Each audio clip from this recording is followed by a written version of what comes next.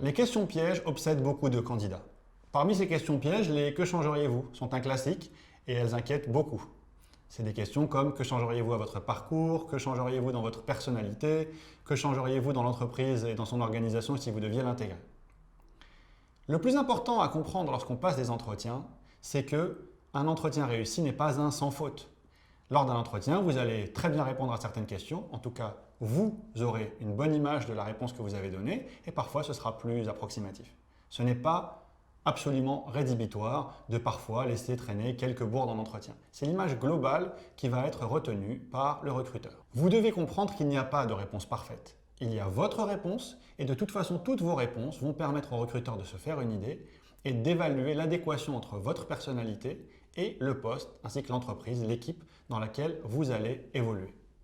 Lorsqu'on vous pose une question de ce type, une question piège, montrez comment vous réfléchissez. D'une certaine manière, évaluez la question, décortiquez-la, analysez-la à haute voix. C'est le processus qui va, d'une certaine manière, nous éclairer sur la qualité de votre réflexion. Vous êtes souvent obsédé par la réponse, nous sommes souvent obsédés par le processus, la façon de réfléchir. Par exemple, l'une des pires questions qu'on pose aux candidats, c'est « Que feriez-vous si vous n'obteniez pas ce poste ?» Évidemment, c'est une question terrible, puisque le candidat veut absolument le poste. Il ne peut pas dire au recruteur que s'il n'a pas ce poste, il est dans des processus de recrutement pour d'autres entreprises. Il ne peut pas non plus feindre le manque de motivation ou la distance. Donc comment faire? Eh bien, si l'on me posait cette question, je réfléchirais à haute voix. Alors que ferais-je si je n'avais pas ce poste au sein de l'entreprise?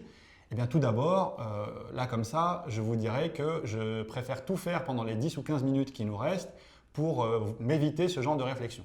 Ensuite, si je n'ai pas de poste au sein de l'entreprise, eh bien, j'essaierai de vous demander ce que j'ai mal fait, ce qui ne correspondait pas à vos attentes pour que j'intègre l'entreprise. Et puis j'irai chercher les informations, les savoirs, l'expertise dans d'autres entreprises pour revenir taper à votre porte dans quelques années.